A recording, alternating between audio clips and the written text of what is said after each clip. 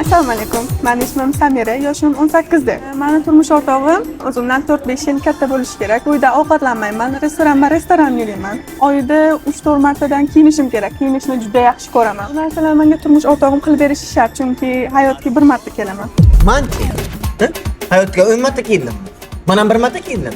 Ha sizga shuncha sharoitda erkak ish qilib berayotgan bo'lsa, siz u erkakka nima qilib berasiz?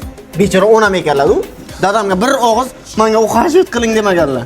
Ey, qo'lamni xalatlarini kiyib ketganlar. Siz undan ko'ra kutubxona boring. 18 ga kirganman dedingizmi?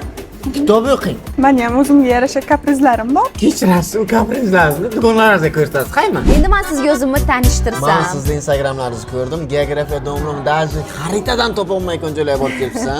Ha, to'g'ri, men sayohat qilishni juda ham yaxshi ko'raman. Как раз mana Dubay meni ikkinchi uyim. 20-30 marta borib kelganman. Undan tashqari Amerika deysizmi, Yevropa deysizmi, Parij, prям one love. Как раз mana keyingi oy Shveysariyaga boraman. Tabiat qo'yinini yaxshi ko'raman. Sizchi, sizni eng qilgan uzoq safaringiz qayerda? Endi biz asosiysi ichki turizm. Mana Yunusoboddan Sergeligacha. Kecha Yunusobodga probkaga qolib ketdim. 2 soat uygacha bordim. Ana shu bizning eng uzoq safar bo'ldi. Dam olish kunlarini nima qilasiz? Bizga dam olish kuni yo'q. Biz Terminatorda ishlaymiz. Qiziq ekansiz.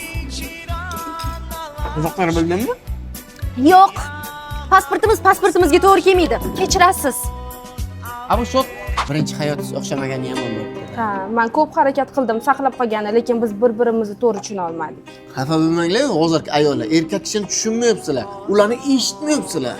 Voy, qanaqa hurmat, qanaqa eshitishlar, adam bilasizmi? Ularga nimalar qilib berdilar? Zavodlar ochib berdilar, uylar olib berdilar, nomlarini egilik vaginlarga olib berib qo'ydilar. U prosta to'qligi sho'xlik qildi xolos. Onajon, mana kelinlar, men topdim ki. Voy, oxirigacha eshitmadingiz-ku. Ajrashganimni bildingiz, lekin meni bitta farzandim ham bor.